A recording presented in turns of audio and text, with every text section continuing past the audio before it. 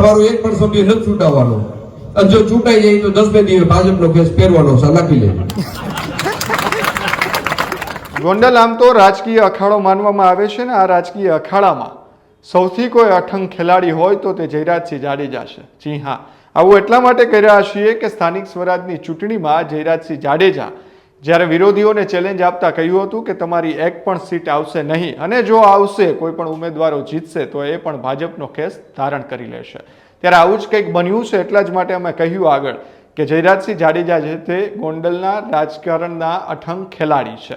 હવે વાત કંઈક એવી છે કે ગોંડલમાં આમ તો રાજકીય ગરમાવો વધ્યો છે, કારણ કે આમ આદમી પાર્ટીના ગોંડલ તાલુકા પંચાયતની જે સીટ છે તેમાં મોટો ઝટકો આમ આદમી પાર્ટીને લાગ્યો છે। ગોંડલ તાલુકાની જે વાસાવડ તાલુકા પંચાયતની સીટ જે આમ આદમી પાર્ટી જીતીને આવી હતી અને તેના વિજેતા સભ્ય જે છે તે ભાજપમાં જોડાઈ જતા રાજકીય ગરમાવો વધ્યો છે। ગણેશ ગોંડલની હાજરીમાં ભાજપમાં જોડાયા બાદ આમ આદમી પાર્ટીને મોટો ઝટકો અત્યારે લાગી રહ્યો છે।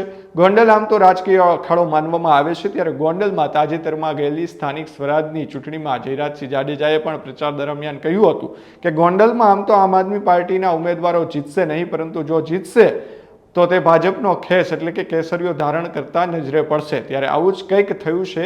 માત્ર 3 મહિનામાં વાસાવડ તાલુકા પંચાયત સીટ પર આમ આદમી પાર્ટીના વિજેતા સભ્ય ભાજપમાં જોડાઈ ગયા છે। ત્યારે ચૂંટણી પહેલા જયરાજસિંહ જાડેજા જે છે તે શું બોલ્યા હતા એ પણ સાંભળી લઈએ। તમે ગોંડલ તાલુકામાં રોડ તૂટી ફૂટી ગયો તમે રિપેર કરાવી દેવાના છો? તમે કોઈ ગવર્નર છો? તમે કોઈ સત્તા લઈને બેઠા છો? તમારો એક પણ સભ્ય નથી છૂટાવવાનો, અને જો છૂટાઈ જાય તો 10 દિવસ ભાજપનો કેસ પહેરવાનો છે, લખી લેજો। છૂટાવવાનો નથી, કદાચ 10 દિવસે ભાજપનો કેસ પહેરેલો હું તમને ફોટો મોકલીશ। ઘણા ફોન આવે પણ એ સચવાતા નથી ભાઈ। ગોંડલ તાલુકાની વાસાવડ તાલુકા પંચાયત સીટ પર આમ આદમી પાર્ટીને મોટો ફટકો પડ્યો છે। હવે જિગીસા પટેલે પણ સ્વીકારવું પડશે। ત્યારે આ સીટ પરથી આપની ટિકિટ પર જીતેલા મહિલા ઉમેદવાર કાજલબેન વિશાલભાઈ મૂળિયા પોતાના પક્ષને અલવિદા કહીને સમર્થકો સાથે વિધિવત રીતે ભાજપમાં જોડાઈ ગયા છે। ચૂંટણી જીત્યાના ગણતરીના 2.5 થી 3 મહિનામાં જ તેમણે કેસરીઓ ધારણ કરી લેતા સ્થાનિક રાજકારણમાં ખળભળાટ મચી ગયો છે। આશરે 3 મહિના પહેલા યોજાયેલી તાલુકા અને જિલ્લા પંચાયતની ચૂંટણીમાં વાસાવડ સીટ હંમેશા ભાજપનો ગઢ ગણાતી હતી।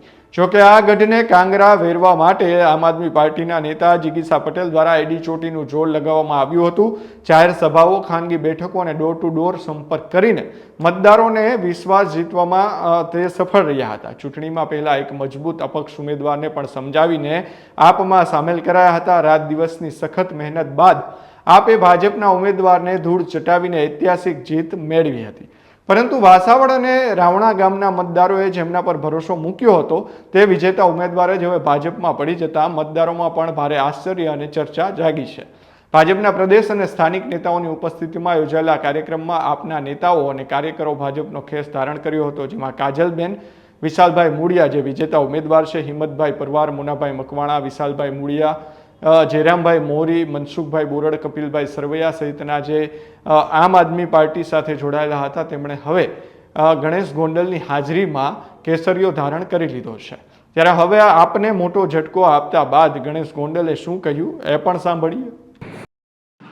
આજના આપણા કાર્યક્રમમાં ઉપસ્થિત જિલ્લા ભાજપના ઉપપ્રમુખ શ્રી બાબુભાઈ ટોળિયા, તાલુકા પંચાયતના પ્રમુખ શ્રી ભરતભાઈ ઢોલરિયા, જિલ્લા પંચાયતના સભ્ય શ્રી લાલભાઈ, ભરતભાઈ, યાદના વાઇસ ચેરમેન શ્રી ધર્મેન્દ્રસિંહ, જિલ્લા પંચાયતના અમારા સરકડી સીટના ચૂંટાયેલા ઉમેદવારશ્રીના પ્રતિનિધિ, તાલુકા પંચાયતના કેસવાડાના સભ્ય અમારા ભૂપતભાઈ કોલીદર, તાલુકા પંચાયતના સભ્ય મુકેશભાઈ, ખાટ સમાજના આગેવાન તથા જેના માટે આપણે આજના કાર્યક્રમમાં ભેગા થયા છીએ એવા બેન શ્રી કાજલબેન અને વિશાલભાઈ।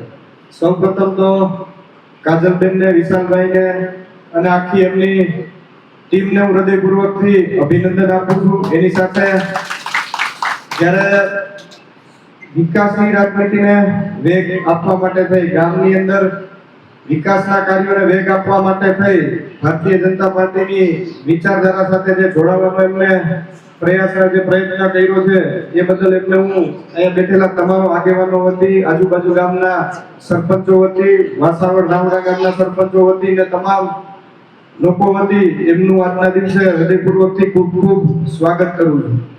બીજું કે બાબુભાઈ ટોળીયાએ વાત કરી એમ કે ભાઈ વિશાલભાઈની વાત કરી તો વિશાલભાઈ તે ભૂતકાળની અંદર ભારતીય જનતા પાર્ટી સાથે જોડાયેલા હતા. એમની સમગ્ર ટીમ કાયમી માટે ભારતીય જનતા પાર્ટી સાથે સ્થાનિક ધારાસભ્યથી માંડીને તમામ આગેવાનો સાથે જોડાયેલા હતા. પણ અમુક નાના મોટા પ્રશ્નોને લઈ અને જે કઈ એમને બંદૂક હતું એ બંદૂક આજના દિવસે આટલા બધા આગેવાનોની હાજરીમાં અહીંયા પૂરું થઈ છે.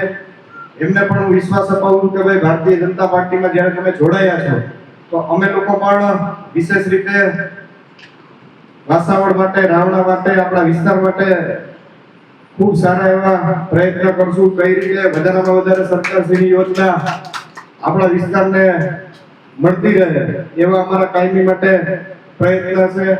બીજી ખાસ બાબત એ કે ભાઈ આપણે જ્યારે આખા તાલુકાની અંદર જ્યારે ખૂબ સારો માહોલ, સારું વાતાવરણ હોય છે, કોઈ પણ લોકો અહીંયા કદાચ જ્ઞાતિ જાતિ કે કઈ પણ ધર્મ આપણે જોતા નથી. જ્યારે આપણા વિસ્તારની અંદર તમામ જ્ઞાતિ જાતિના લોકો એક સાથે ખંભે ખંભો મિલાઈને હરમેશની માટે કામ કરતા આવ્યા છે. તો આપણું આ વાતાવરણ કાયમી માટે જોડાઈ રહે અને આપણા થકી વિશેષમાં વિશેષ નાના લોકોના ગામની અંદર કામ થાય. તમામ લોકોને આપણે સૌ વાદ વિવાદ વગર સાથે રાખી અને આગળ ચાલતા રહે એવી આજના દિવસે હું તમને બધાને વિનંતી કરું છું. ફરી એકવાર આજુબાજુના ઘણા બધા ગામના સરપંચશ્રીઓ આવ્યા છે, મહિલા આગેવાનો આવ્યા છે, ઘણા બધા વડીલો આવ્યા છે, યુવાન ભાઈઓ આવ્યા છે. બધાને હું ખૂબ ખૂબ શુભેચ્છાઓ અને શુભકામનાઓ પાઠવું છું. આપણા બધાનો એક જ હેતુ મગજમાં રાખીને આપણે સાથે આગળ વધતા રહે. કઈ રીતે આપણે આપણા વિસ્તારને કંઈક નવું આપતા રહે, આપણા વિસ્તારના લોકોની પડખે એમના મુશ્કેલીના સમયની અંદર આપણે ખંભે ખંભો મિલાવીને એમના માટે કામ કરતા રહે એવી વિનંતી કરું છું.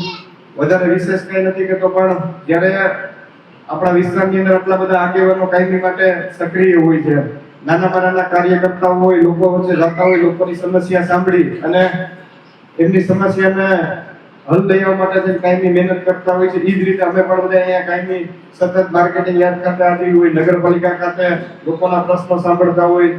એ સિવાય મારા નિવાસસ્થાને પણ ઘણા બધા લોકો પોતપોતાના કામો લઈ આવતા હોય છે. હું તમને એક જ વિશ્વાસ ને ભરોસો આપીશ કે જ્યારે કાળી રાતે પણ ક્યાંય જરૂર પડે, ક્યાંય પણ મુશ્કેલીનો એવો સમય હોય, ક્યાંય પણ ગામના હિત માટેની કે આપણા વિસ્તારના હિત માટેની કે ક્યાંય પણ બેન દીકરીના હિત માટેની વાત હોય, ત્યારે રાજનીતિને એક બાજુ મૂકી અને કાયમી અમે નીતિથી આગળ લોકોની સાથે ઊભા રહેશું, નીતિથી સત્યના રસ્તે ચાલી અને કામ કરતા રહેશું. જ્યારે પણ તમે મારા ઘર સુધી પહોંચશો ત્યારે 100% રાતે 2 વાગે કાળી રાતે તમને હોકારો મળશે એની તમને હું ખાતરી આપું છું.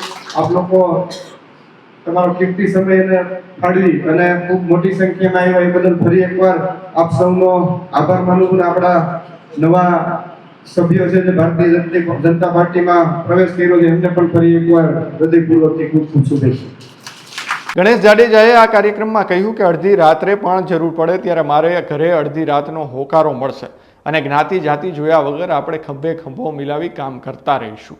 આમ તો ગણેશ જાડેજાએ જયરાજસિંહના કહેવા પ્રમાણે ઓપરેશન કમળ હેઠળ આપના તાલુકા પંચાયતના વિજેતા ઉમેદવારોને ભાજપમાં કેસરો ધારણ કરાવી મોટો ખેલ પાડી દીધો છે. ત્યારે ચૂંટણીમાં જીત મેળવ્યા બાદ તુરત જ વિજેતા ઉમેદવારનું ભાજપમાં જવું એ ગોંડલ પંથકમાં આમ આદમી પાર્ટીના સંગઠન માટે ખૂબ જ મોટો આઘાત છે. જ્યારે ભાજપ ફરી એકવાર પોતાનો ગઢ મજબૂત કરી લીધો છે. આ રાજકીય પલટા અંગે રાજકોટ જિલ્લા ભાજપ ઉપાધ્યક્ષ પ્રફુલભાઈ ટોળિયાએ મીડિયા સમક્ષ પણ નિવેદન આપતા કહ્યું હતું કે ગઈ તાલુકાની પંચાયતની ચૂંટણી વખતે ટિકિટ વહેંચણીમાં કે સ્થાનિક સ્તરે નાની મોટી ત્રુટીઓ અને મિસ્ટેકના કારણે અમે વાસાવડ સહિત 4 સીટો ગુમાવી હતી, પરંતુ વાસાવડ સીટ પરથી જીતેલા કાજલબેન મુડિયા અને તેમના પતિ વિશાલભાઈ મુડિયા તે ફરી અમારા જ કાર્યકર્તા હતા અને તે હવે ફરી એક વખત અમારા પરિવારમાં આવી ચૂક્યા છે. એટલે કે આ આખો ઘટનાક્રમ જે જોયો તેમાં તેમણે એવું પણ કહ્યું હતું કે સુબહ કા ભૂલા શામ કો ઘર આયે તો ઉસે ભૂલા નહીં કહેતે.